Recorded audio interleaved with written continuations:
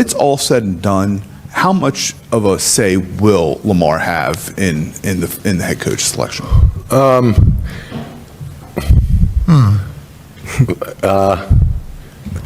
A lot of say, but he has no power. Okay. I have the power. They have opinions, and I want them all. I care about my players very much, but I can't give them power. The Baltimore Ravens just dropped the most shocking bombshell in NFL history, and it has everything to do with Shedeur Sanders' future. Steve Bisciotti, the owner who literally never speaks publicly, just held his first press conference in 7 years to explain why he fired John Harbaugh, and buried in his calculated answers was the truth nobody's talking about. Harbaugh wanted too much control over personnel decisions, including the authority to bring in his quarterback.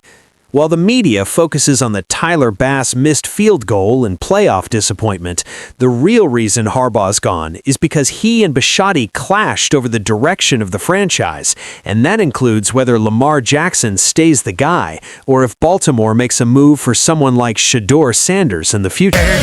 When Tony Dungy said this is a bad decision and good luck finding someone better than John, I literally wanted to call Tony and say, you remember John 18 years ago? How can you take our success and use it against me while we're out trying to find the next John Harbaugh? That's impossible. So.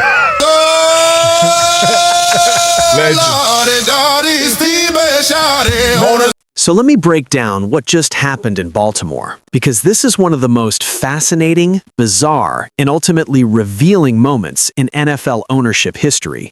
Steve Bisciotti, a man who's been described as wanting to be the least known owner in all of sports, just held a press conference, his first one in 7 years.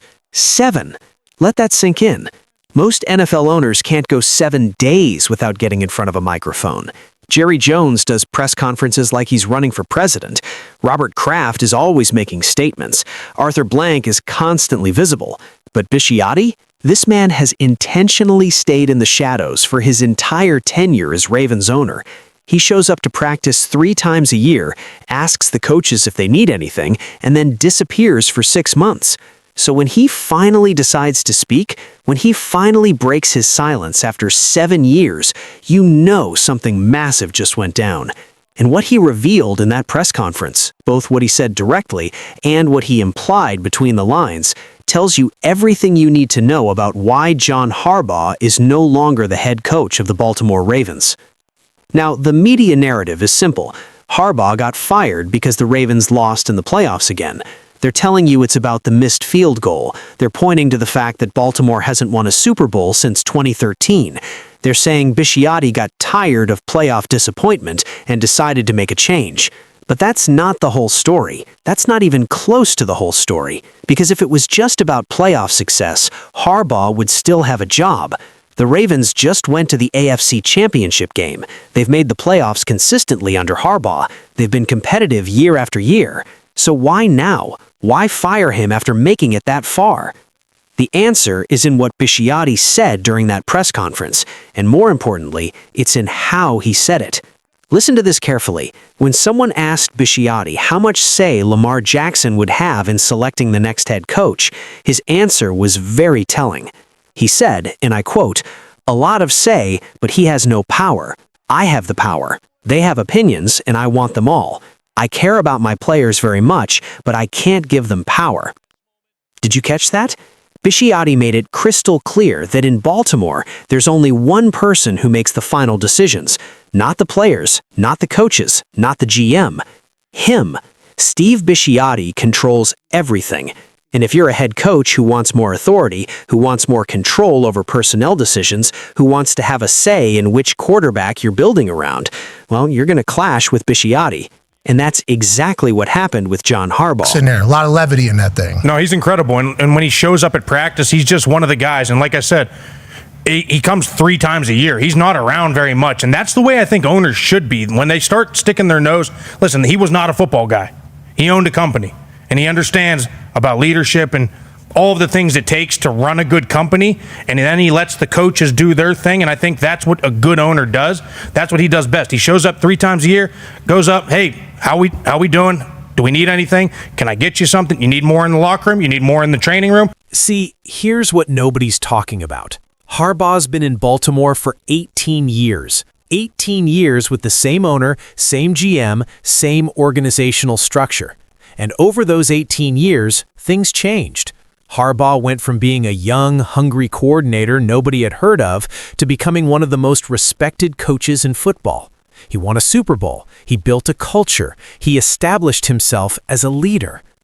And when you become that established, when you have that much success, you start wanting more control. You start wanting a say in who gets drafted, who gets signed, which direction the franchise goes. That's natural. That's what happens with successful coaches. Look at Bill Belichick. Look at Andy Reid. Look at Sean Payton. All of them have significant control over personnel because they've earned it. But Bisciotti doesn't operate that way. He made it very clear in that press conference.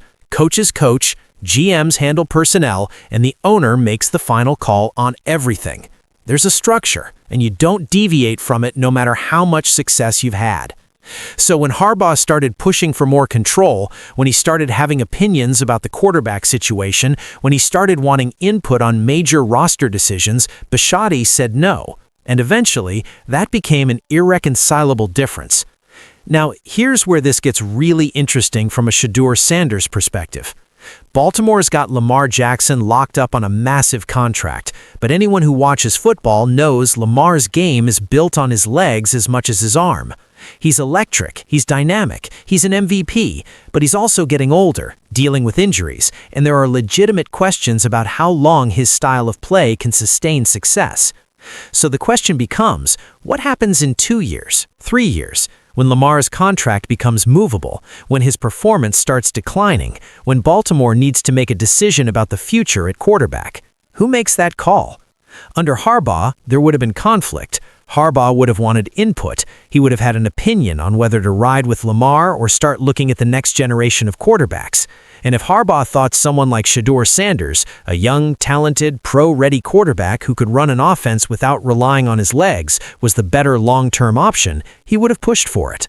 But Bisciotti doesn't want that kind of dynamic. He wants a head coach who coaches, a GM who handles personnel, and an owner who makes the final call.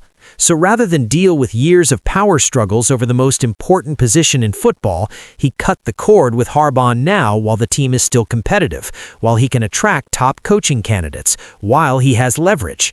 And that's why this firing matters for Shedeur Sanders and every other young quarterback in the league, because Baltimore just opened up one of the most attractive coaching jobs in football, and whoever takes that job is going to have zero say over the quarterback position. They're going to coach whoever the front office gives them. They're going to run the offense the organization wants. They're going to fall in line with Bisciotti's vision. And John Harbaugh is out. Apparently part of the reasoning, playoff failures, but also the thing is he wanted to run it back with his staff, is what I've heard, and the organization really didn't want to go in that direction. So they decided to part ways. And I mean, it's not that I thought that it wouldn't happen. It's just I'm shocked that they actually did it this season, because I thought it'd be, if it happens again next year, then I was like, okay, they might move on next year. I'm shocked it happened this year. NFL owners are in full panic mode right now because John Harbaugh just dropped a contract demand list that's breaking the entire league. Now, before we go further, I want to address something that came out in that press conference that completely changes how we should view Steve Bisciotti as an owner. Because despite the control issues, despite the power dynamics, despite firing a legendary coach, this man is brilliant at running an organization. One of the analysts on the show said it perfectly. Bisciotti shows up to practice 3 times a year, asks the coaches, "How are we doing? Do you need anything? Can I get you something? You need more in the locker room? You need more in the training room?" And then he leaves. He doesn't interfere with day-to-day operations. He doesn't stick his nose in game planning. He doesn't create drama. That's exactly how an owner should operate. Compare that to Jerry Jones, who's in the building every day, doing radio shows, making personnel decisions, undermining his coaches. Compare it to Daniel Snyder before he sold the Commanders, creating chaos everywhere he went. Compare it to any number of meddling owners who can't help themselves from getting involved. Bisciotti stays out of the way until it's time to make big decisions. And when he makes those decisions, he's ruthless, he's calculated, and he's right more often than not. Remember, this is the guy who hired John Harbaugh when nobody knew who he was. Everyone killed Bisciotti for that hire. Who's John Harbaugh? Why didn't you go with a proven name? And Harbaugh went on to win a Super Bowl and become one of the best coaches in football. So when Bisciotti says, like he did in the press conference, how can you take our success and use it against me while I'm out trying to find the next John Harbaugh? He's got a point. He found Harbaugh. He took a chance on an unknown coordinator and it paid off. So why wouldn't he be able to do it again? And here's what's scary for the rest of the NFL. Bisciotti also said he's not afraid to hire someone who failed somewhere else. He said, just because it didn't work out in another building doesn't make me believe it won't work out here. That opens the door for guys like Cliff Kingsbury, who's already interviewed for the job. It opens the door for defensive-minded coaches who might have struggled as head coaches elsewhere, but could thrive in Baltimore's structure. But most importantly for this story, it means Bisciotti is looking for someone who'll fit his system. Someone who won't challenge him for control, someone who'll coach the team, develop the players, and let the front office handle everything else. And that's where the Shedeur Sanders angle comes in. Because whoever Baltimore hires as their next head coach is going to inherit Lamar Jackson. They're going to be told, this is your quarterback, make it work. But in 2 or 3 years, when Lamar's contract situation changes, when the team needs to make a decision about the future, that head coach is going to have zero input.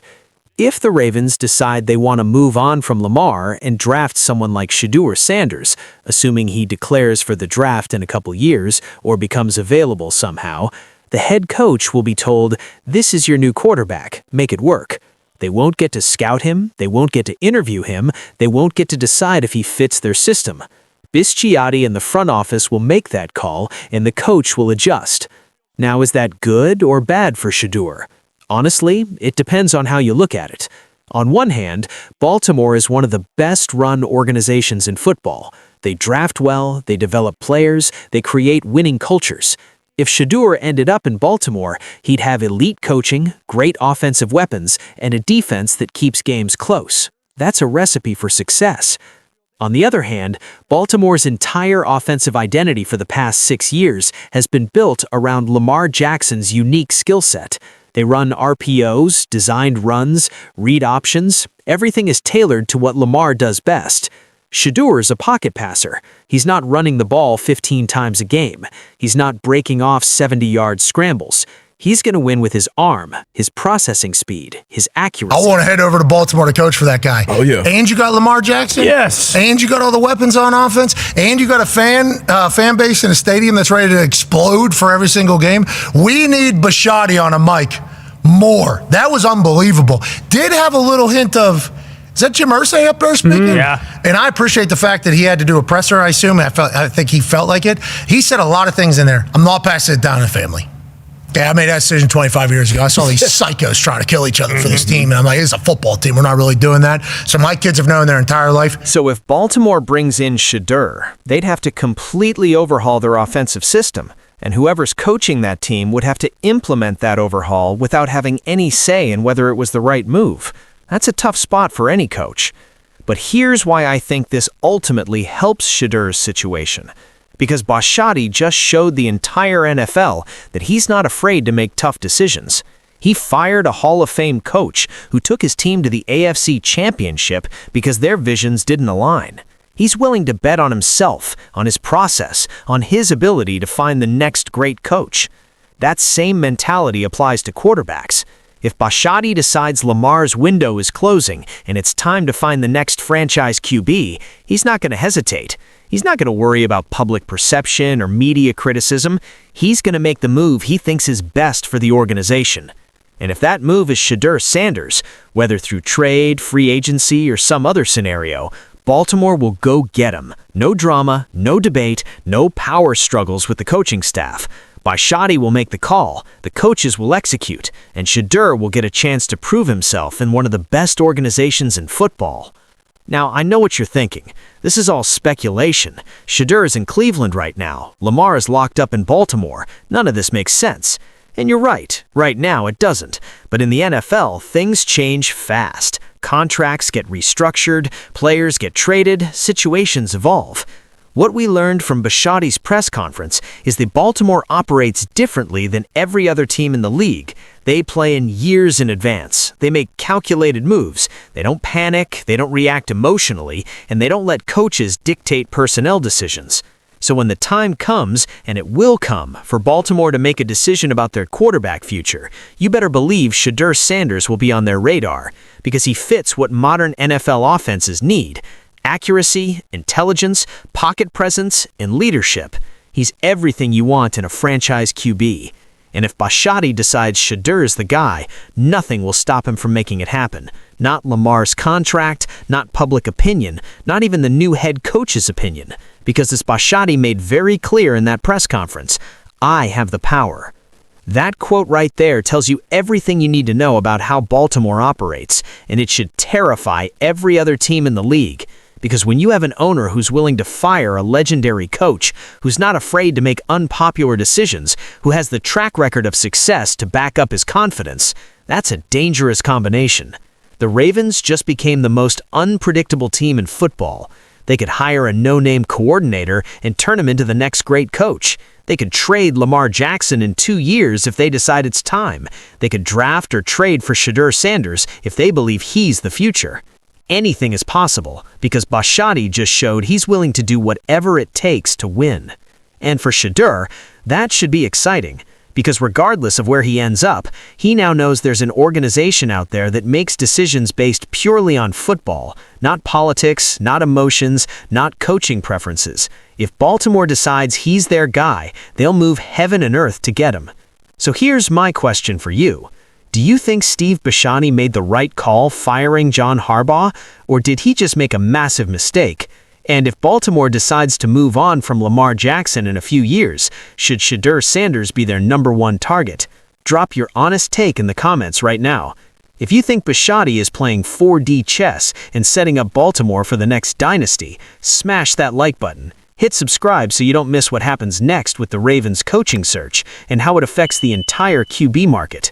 Turn on notifications because this story is just getting started and you're not going to want to miss where it goes.